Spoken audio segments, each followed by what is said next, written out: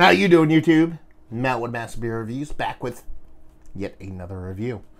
There's tape on this motherfucker, so I'll start picking it off now. What do we have today? We have a little bit of Calusa brewing. I've had a couple beers by Calusa. I believe this is my first big barrel-aged beer. No, I had a barrel-aged barley wine from them. It was all right, but most of the beers are pretty fun.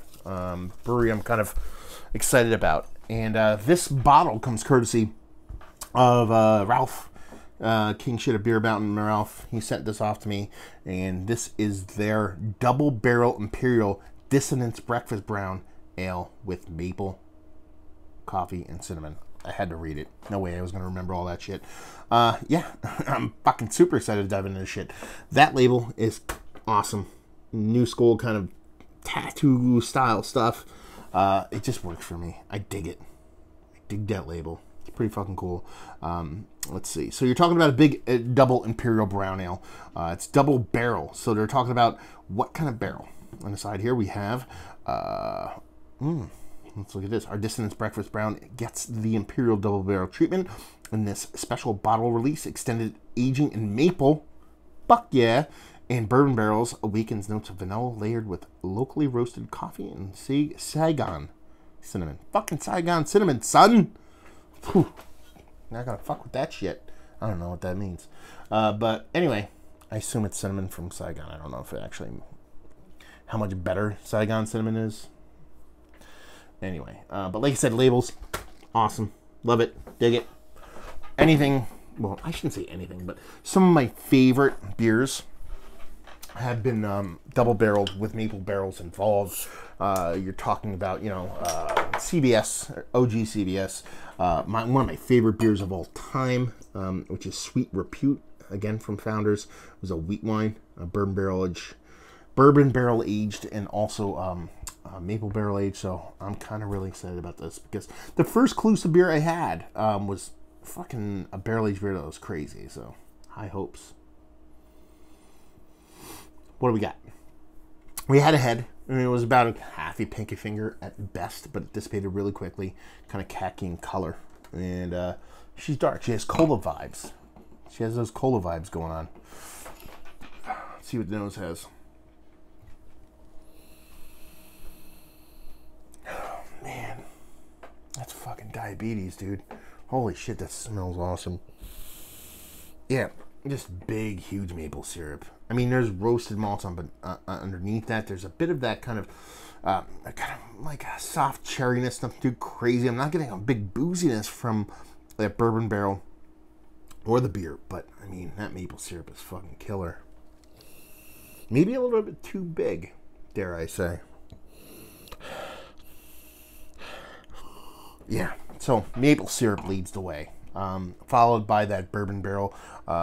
It's not super impactful, but I think the sweetness of that maple syrup was kind of pushing that down a bit. So I could see it being a little bit boozier, definitely in the taste.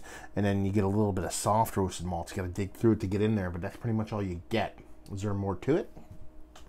Let's find out. Cheers.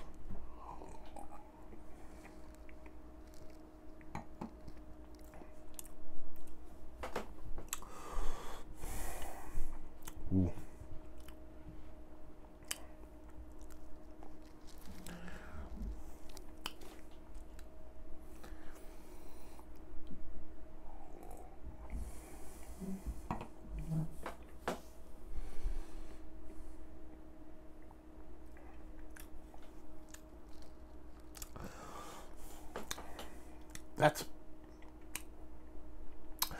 That's pastry stout right there, brother. Yeah, it's delicious. It's sweet. It's a fucking double barrel aged 12.5% fucking maple barrel cinnamon coffee stout. I expected it to be sweet, so I don't have any issues with that. So it's sweet. But man, the maple syrup definitely still leads the way, but it's not as big as you thought it would be based off of the nose. Now in the nose I was talking about, you get a little bit of that kind of, you know, bourbon barrel, maybe a little bit of roasted malts. The beer definitely still comes through. That's the biggest portion of the show that I'm really excited about because it still tastes like beer. Yeah, we're flirting with a lot of adjuncts and they definitely come to the forefront, but you're still getting the beer in there, which is pretty fucking cool. The marriage between the cinnamon and coffee in there is pretty fun cool. Cinnamon isn't heavy-handed, but impactful. At the same time, the coffee's nice. It's got a nice roasted impact to it. Same things as that cinnamon. They come off really well. So it pretty much goes maple syrup, that bourbon barrel, but the bourbon barrel comes off a little bit kind of sweet cordial cherry. I don't even want to say cordial cherry. More like cherry syrupy than anything else, but not too bad. But it's because that maple syrup is so big, I think it makes me think it's a little bit sweeter.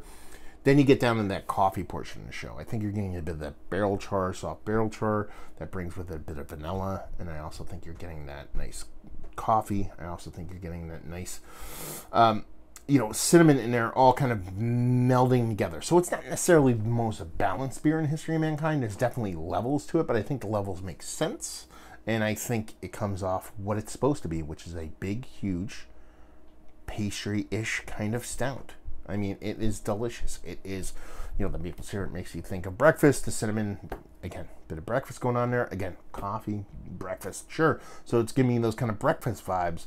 But at the same time, and I want to kind of reiterate this and really hammer it home, it still tastes like beer. It's very close to kind of tipping into the other direction, but it still tastes like a beer. And that's pretty fucking cool.